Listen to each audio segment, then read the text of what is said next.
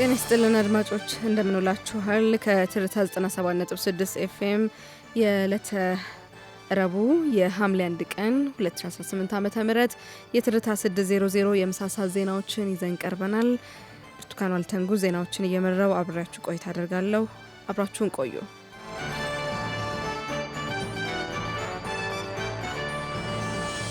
በቅድሚያ የሀገር ውስጥ ዜና።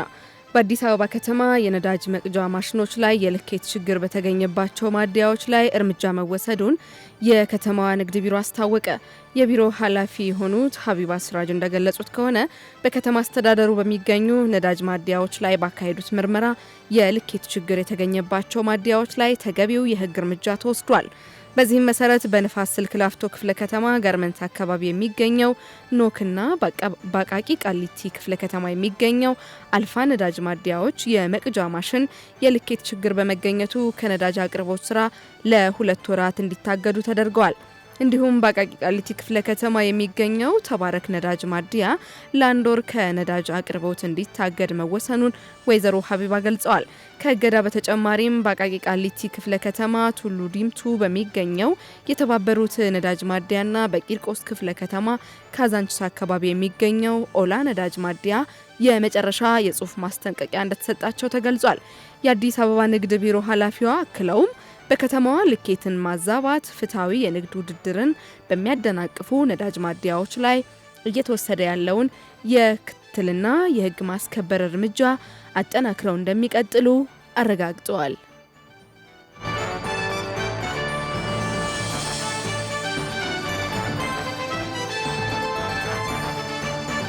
ጠቅላይ ሚኒስትር አብይ አህመድ ከሩሲያ የውጭ ጉዳይ ሚኒስትር ሰርጌይ ላቭሮቭ ጋር በሁለትዮሽ ግንኙነትና በጋራ የትብብር እድሎች ዙሪያ ተወያዩ። ጠቅላይ ሚኒስትር አብይ በማህበራዊ ትስስር ገጻቸው ባስተላለፉት መልእክት ውይይታቸው በሁለቱ ሀገራት የቆየ ታሪካዊ ግንኙነትን ወደ ላቀ ደረጃ ለማሸጋገር ያለመ መሆኑን ገልጸዋል። በተያያዘም የውጭ ጉዳይ ሚኒስትር ጌዲዮን ጢሞቴዎስ ከሩሲያ አቻቸው ሰርጌይ ላቭሮቭ ጋር በዲፕሎማሲያዊና በኢኮኖሚያዊ ትብብር ዙሪያ መክረዋል። የውጭ ጉዳይ ሚኒስትር ቃል አቀባይ አምባሳደር ነቢያት ጌታቸው እንደገለጹት ከሆነ በውይይቱ በዋናነት የኢኮኖሚና የንግድ ትስስርን ማሳደግ ላይ ትኩረት ተደርጓል።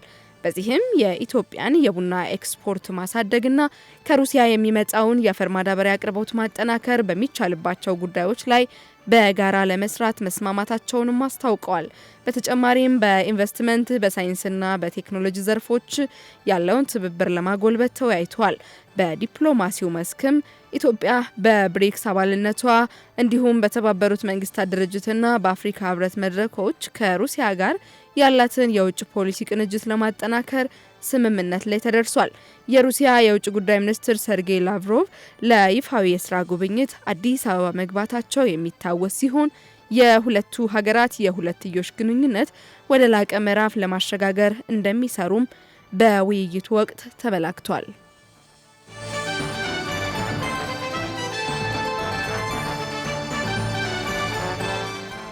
ስለ ምክክሩ ሂደት ፈጣን መረጃዎችን እንደሚሰጥ የሀገራዊ ምክክር ኮሚሽን አስታወቀ። የኢትዮጵያ ሀገራዊ ምክክር ኮሚሽን የሀገራዊ ምክክር ጉባኤን ሂደት በተመለከተ ፈጣን መረጃዎችን ለዜጎች እንደሚሰጥ አስታውቋል። ኮሚሽኑ ሀገራዊ ምክክሩን ለሚዘግቡ የመገናኛ ብዙሃን ባለሙያዎች ስልጠና ማጠቃለያ በሰጠበት ኮሚሽነር አምባሳደር መሐመድ ድሪር አጠቃላይ የምክክሩ ሂደትን በተመለከተ ኮሚሽኑ በየዕለቱ ፈጣን መረጃዎችን እንደሚሰጥ ገልጸዋል። ኮሚሽነሩ የሃይማኖት መገናኛ ብዙሃን ጭምር ስለ ምክክሩ መረጃዎችን ለዜጎች እንዲያደርሱ እንዲካተቱ መደረጋቸውን ጠቁመዋል። ሀገራዊ ምክክር ኮሚሽን ከ150 በላይ ለተውጣጡ የመገናኛ ብዙሃን ባለሙያዎች ስለ ምክክሩ አዘጋገብም ስልጠና ሰጥቷል።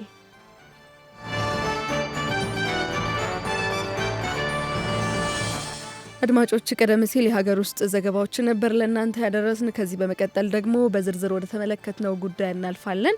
ይህም እንግዲህ በከተማችን ያለውን ብሎም ደግሞ አጠቃላይ በኢትዮጵያ የዘይት የአመራረት ሂደቱን ጥራቱን በተመለከተ የሚመለከተውን አካል በማነጋገር ዝርዝር ዘገባውን አዘጋጅተናል። ይህንን ያዘጋጀችው ባልደረባችን በፍቅር ግዛቸው ናት። እንደሚከተለው ይቀርባል።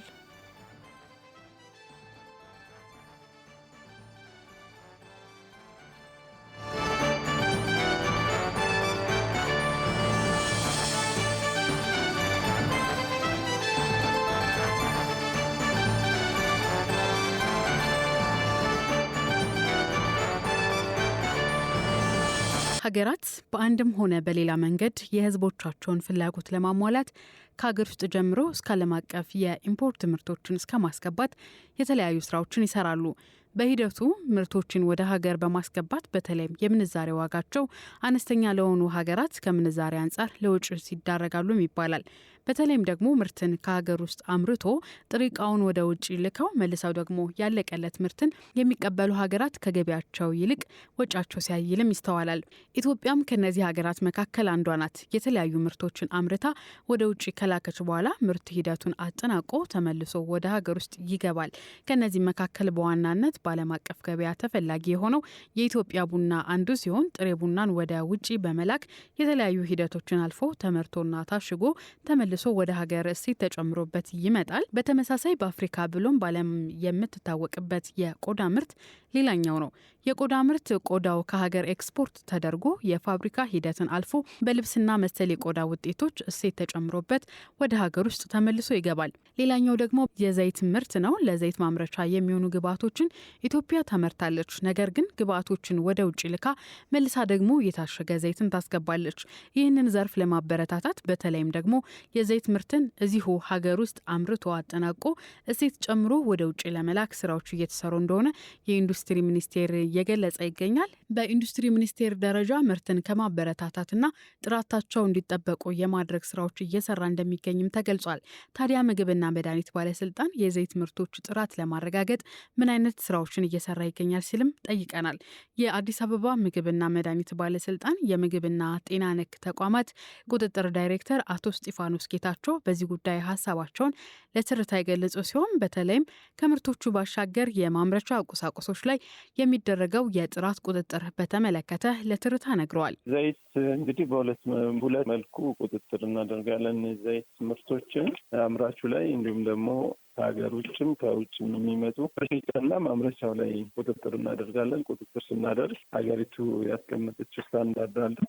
ያንን ስታንዳርድ መሰረት አደረገ በአሻሻጥ ሂደት የሚገጥመውን ችግር ለመቅረፍ ዕለት የምንጠቀመው ምርት ስለሆነ በየጊዜው እነዚህ ማከፋፈያ መሸጫ የምንላቸው ተቋማት ላይ የመጠቀሚያ ጊዜው ያለፈ አለመሆኑን የማረጋገጥ ስራ እንሰራለን። ከዛ ባሻገር 2 ዓመት የወጣ እንደ ሀገር የምግብ ዘይትንና የስንዴ ዱቄትን በንጥረ ነገር አበልጽጎ እንዲወጣ ስታንዳርድ ስለወጣ ያን አንዳንድ አተገባበርም ጭምር እሱ ላይም ቁጥጥር እናደርግበት ይታለ። የተለያዩ ንጥረ ነገሮች የዘይት ምርቶች የምግብ ዘይትን በተለይ በተለያዩ ንጥረ ነገሮች በልጽጎ እንዲቀርብ በወጣው ስታንዳርድ መሰረት አምራቾቹም ላይ መሸጫውም ላይ ደግሞ በተለይ ከውጭ የሚገባው የዘይት ምርት በልጽጎ ስለመግባቱ እሱን የማረጋገጥ ስራ እንሰራለን። በህገወጥ መልኩ ሾልከው የሚገቡ ሊኖሩ ስለሚችሉ ያንን ለመከላከል ቁጥጥር ስራዎችን እንሰራለን ማለት ነው። ሀገር ውስጥ የሚያመርቱ በርካታ ተቋማት አሉ። አሁን በቅርብ ጊዜ በወጣው ስታንዳርድ መሰረት ያንን ስታንዳርድ መሰረት ያደረገ ምርት ለህዝብ እንዲያቀርቡ አስገዳጅ ደረጃ ስለሆነ የወጣው ያንን ደረጃ አልፈው እንዲያመርቱ ያመረቱትንም ደግሞ ለህዝብ እንዲያቀርቡ የሚደረግበት ሁኔታ ነው ያለው። አሁን ተጠናክሮ እየተሰራ ያለበት ሁኔታ ነው ያለው። የተለያዩ ማሽነሪዎች የሚፈልግ ጉዳይ ስለሆነ ለአጭር ጊዜ መከወን አልቻሉም ነበር። አሁን ግን ያንን ከነዛ ችግሮች እየተላቀቁ ያለበት ሁኔታ ነው ያለው።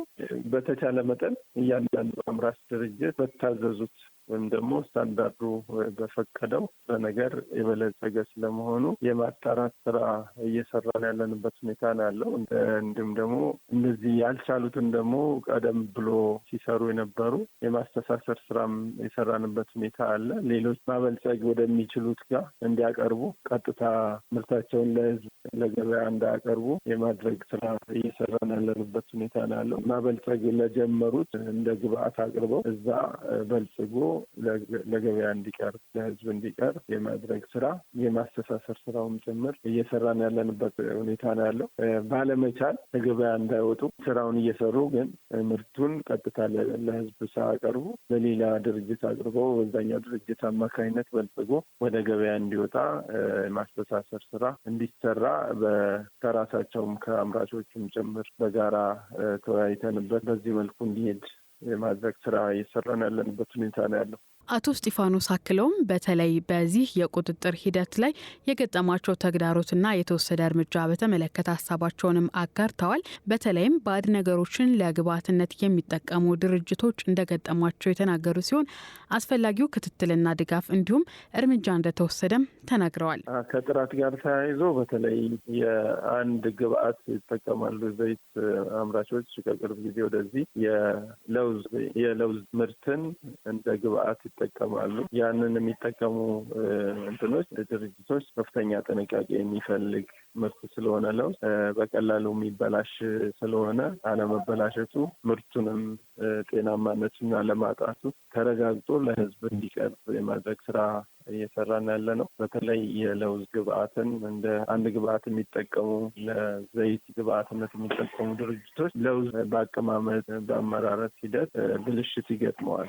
በተለይ ቻጋታ ይፈጥርና በተለያዩ የአፍላቶክሲን የምንላቸው ኬሚካሎች ተጋላጭ ይሆንና ያ ደግሞ መርዛማነት ይዘት ያለው ስለሆነ በሂደት ለተለያዩ በሽታዎች የሚያጋልጥ ምርት ስለሚሆን ከዛ የጸዳ እንዲሆን ምርታቸው በተቻለ መጠን ያንን ጥንቃቄ እንዲያደርጉ ስራ እንሰራለን። በዋናነት እየገጠመ ያለው አንዱ ችግር እሱ ነው። ሁለተኛው የተቋማቱ በተለመደ በድሮ ማስኬድ የሚፈልጉ ግለሰቦች አሉ። ያ ደግሞ ለሕዝብ ጤናም የሚፈለገውም ደግሞ ግብር ለማሳካት የሚሆን ስለማይሆን ከእንደዛ አይነት ችግሮች እንዲወጡ የማስተሳሰር ስራ እየሰራን ያለንበት ሁኔታ ነው ያለው። ሌላኛው ከንጽህና ጋር ተያይዘው አንዳንዴ የንጽህና ጉድለቶች የሚታዩባቸው ተቋማት አሉ። በጣም ደግሞ ስታንዳርድ ጠብቀው የሚያመርቱም ድርጅቶች አሉ። በተለይ አምራቾች አካባቢ ይሄ ችግር ይስተዋላል። ያንን በክትትል በቁጥጥር እርምጃም እየተወሰደ የማስተካከያ እርምጃ እየተወሰደ እንዲስተካከሉ የተደረገበት ሁኔታ አለ። አንዳንዶቹ ምንም መስተካከል የማይችሉ ሆነው ተገኝተው ከገበያም እንዲወጡ የተደረጉ ተቋማት አሉና እነዚህ በተለይ ግብዓት ከሚጠቀሟቸው ግብዓት ጥራት ጋር ተያይዞ የሚገጥሙ ችግሮች ይኖራሉ። ያንን ለመቅረፍ ከእነሱም ጋራ በጋራ እየሰራን ያለንበት ሁኔታ ነው። ማንኛውም አይነት ማህበረሰብ በምርት ሂደቶች ላይ የሚያስተውለው ችግር ካለ ኃላፊነት እንዳለበት አቶ እስጢፋኖስ አክለው ገልጸዋል። እንደ አጠቃላይ የሀገር ውስጥ ምርትን ጥራታቸውን ጠብቀው እንዲመረቱ በማድረግ በሀገር ውስጥ የሚፈጠረውን የዋጋ ግሽፈት የማረጋጋት ስራ ሊሰራ እንደሚገባ ሀሳባቸውን ለትርታ ነግረዋል።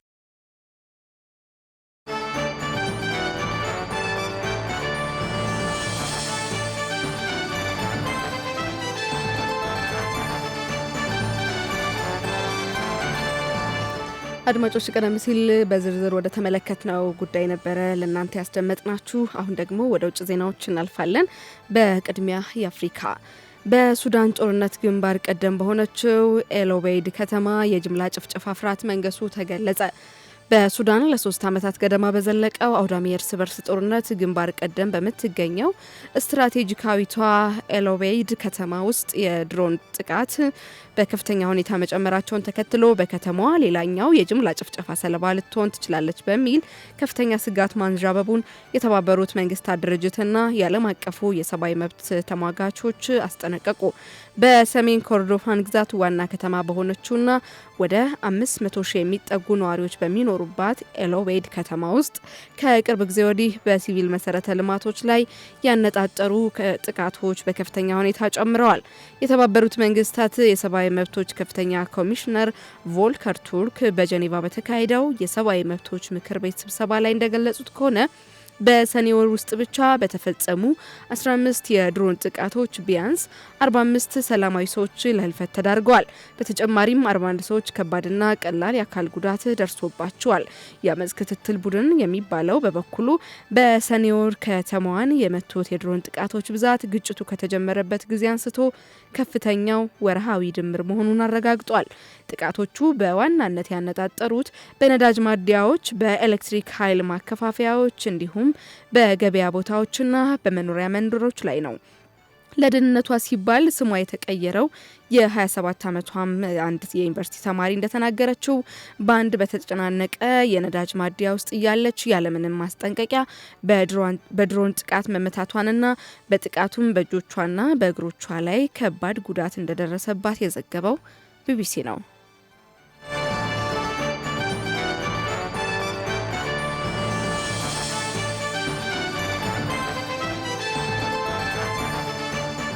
ወደ ሌላኛው ዜናችን ተሸጋግረናል። በአሜሪካና በኢራን መካከል የተደረገው የተኩስ አቁም ስምምነት ማክተሙን ፕሬዚዳንት ዶናልድ ትራምፕ አስታወቁ። የአሜሪካው ፕሬዚዳንት ዶናልድ ትራምፕ በአሜሪካና በኢራን መካከል ተደርጎ የነበረው የተኩስ አቁም ስምምነት ማክተፉን ይፋ አድርገዋል። ፕሬዚዳንቱ ይህንን ያሉት ትላንት ሌሊት ሁለቱ ሀገራት እርስ በርስ ድንገተኛና መጠነ ሰፊ የኃይል እርምጃ መለዋወጣቸውን ተከትሎ ነው። የአሜሪካ ጦር ኃይሎች በኢራን የጦር ሰፈሮችና ስልታዊ ይዞታዎች ላይ የአየር ጥቃት የሰነዘሩ ሲሆን የኢራን ጦር በበኩሉ በአካባቢው በሚገኙ የአሜሪካ ወታደራዊ ጥቅሞች ላይ የሚሳኤልና የድሮን አጸፋዊ እርምጃውን ወስዷል። ይህንን ተከትሎ ፕሬዚዳንት ዶናልድ ትራምፕ በሰጡት መግለጫ ኢራን ስምምነቱን መጣሷን ገልጸው የተኩስ አቁም ስምምነቱ መቆሙን አስታውቀዋል። አሜሪካ የሀገሪቱን ብሔራዊ ደህንነት ለመጠበቅ ማናቸውንም ወታደራዊ አማራጮች ለመጠቀም ዝግጁ መሆኗንም አክለዋል። ይህ በእንዲህ እንዳለ የኢራን ባለስልጣናት በበኩላቸው ጥቃቱን የጀመረችው አሜሪካ መሆኗን በመጥቀስ ቴሄራን ራሷን የመከላከል ሕጋዊ መብት እንዳላትና ለማንኛውም ቀጣይ ጥቃት ጠንካራ ምላሽ እንደምትሰጥም አስጠንቅቀዋል። በሁለቱ ሀገራት መካከል የተቀሰቀሰው ይህ ቀጥተኛ ወታደራዊ ግጭት በመካከለኛው ምስራቅ ያለውን የፖለቲካ ውጥረት ዳግም በከፍተኛ ሁኔታ አባብሶታል ሲል ቢቢሲ በዘገባው አስፍሮታል።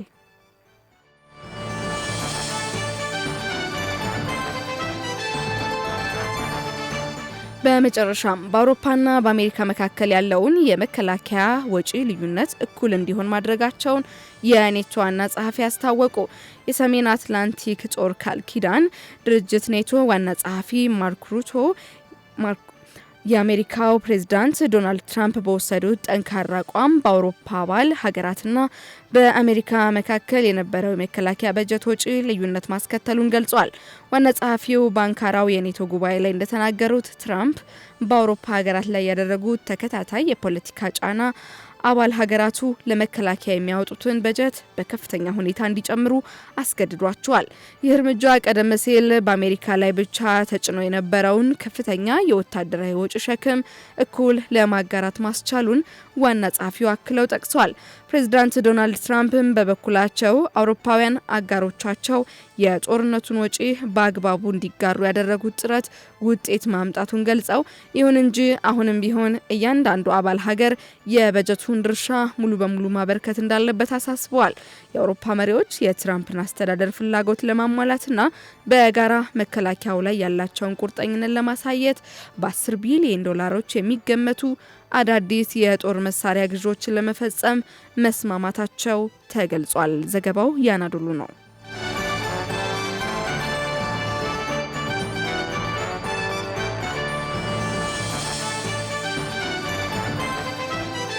አድማጮች ቀደም ሲል የባህር ማዶ ዘገባዎችን ወደ እናንተ አደረስን። ከዚህ በመቀጠልም ደግሞ ወደ ቢዝነስ ዘገባ እንሸጋገራለን።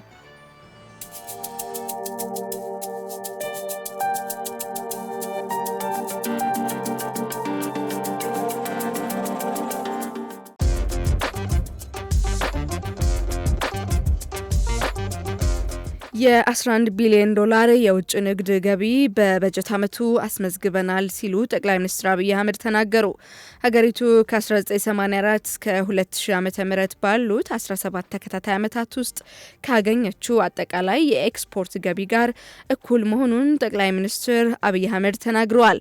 ጠቅላይ ሚኒስትር አብይ አህመድ በሕዝብ ተወካዮች ምክር ቤት 5ኛ ዓመት የስራ ዘመን 30ኛ መደበኛ ስብሰባ ላይ ተገኝተው የ2018 በጀት ዓመት የመንግስት የስራ አፈጻጸምን በተመለከተ ከምክር ቤቱ አባላት ለተነሱላቸው ጥያቄዎች ምላሽና ማብራሪያ በሰጡበት ማብራሪያቸውን አስገንዝበዋል። ሚኒስቴሩ በማብራሪያቸው እንደገለጹት ከሆነ ኢትዮጵያ በበጀት ዓመቱ ያስመዘገበችው የ11 ቢሊዮን ዶላር የወጪ ንግድ ገቢ ሀገሪቱ ከ1984 እስከ 2000 ዓ.ም ባሉት ተከታታይ 17 ዓመታት ውስጥ በድምሩ ካገኘችው አጠቃላይ የወጪ ንግድ ገቢ ጋር እኩል መሆኑን ገልጸዋል።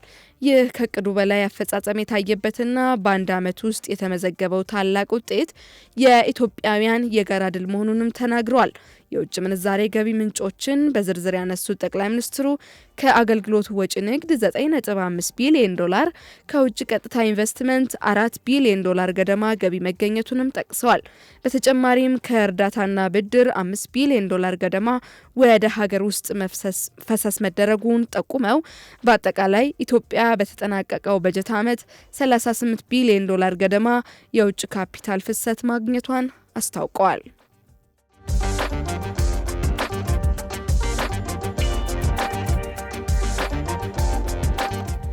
ኢትዮጵያ ለሚቀጥሉት 25 ዓመታት የምትመራበት ግልጽ ስትራቴጂ መዘጋጀቱን ጠቅላይ ሚኒስትሩ ለሕዝብ ተወካዮች ምክር ቤት አባላት ገለጹ። ለሩብ ክፍለ ዘመን አሰራር የተዘጋጀው ይህ ሰነድ ግልጽ ራዕይና ዓላማን ያነገቡ በርካታ ጠቃሚ ሀሳቦችን በውስጡ የያዘ መሆኑን ተነግሯል። ይህ ግዙፍ ሀገራዊ እቅድ እጅግ ግልጽ የሆነ ራዕይና ዓላማን ሰንቆ የተዘጋጀ መሆኑን ጠቅላይ ሚኒስትር አብይ አህመድ ለምክር ቤቱ አባላት አስገንዝበዋል። ይህ ስትራቴጂካዊ ሰነድ ስኬታማ እንዲሆን 5 ስትራቴጂካዊ ግቦችንና 15 የአሰራር ሞዴሎችን በውስጡ ያካተተ ነው። ከዚህ በተጨማሪም የሀገሪቱን ግስጋሴ የሚያፋጥኑ 12 የኃይል ምንጮችን የያዘ ሲሆን የአፈጻጸም ጥራትን የሚያረጋግጡ 9 የዲሲፕሊን መርሆችና በተለያዩ ዘርፎች መካከል የሚጠናከሩ 9 እርስ በርስ የሚደጋገፉ ትስስሮች መካተታቸውን ጠቅላይ ሚኒስትሩ በዝርዝር አብራርተዋል። ይህ አዲስ ስትራቴጂ እጅግ ግልጽና ሁሉንም ዘርፎች ያካተተ መሆኑን የገለጹት ጠቅላይ ሚኒስትሩ ሰነዱ በውስጡ በርካታ ጠቃሚ ሀሳቦችን ይዞ መዘጋጀቱንም ለምክር ቤት አባላቱ አስታውቀዋል።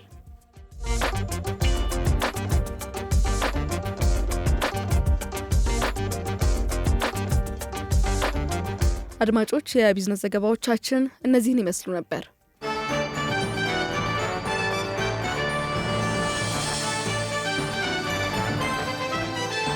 የዕለተ ረቡዕ የሐምሌ 1 ቀን 2018 ዓ.ም የትርታ 600 ይህንን ይመስል ነበር። ዜናዎችን እየመራው አብራችሁ ቆይታ ያደረጉት እኔ ብርቱካን አልተንጉስ ነበር። ቀሪ የትርታ 97.6 ኤፍኤም ፕሮግራሞች እስከ እኩለ ሌሊት 6 ሰዓት ድረስ መደመጣቸውን ይቀጥላሉ። እኛ ከወዲሁ ተሰናበት። መልካም ቀን ይሁንላችሁ።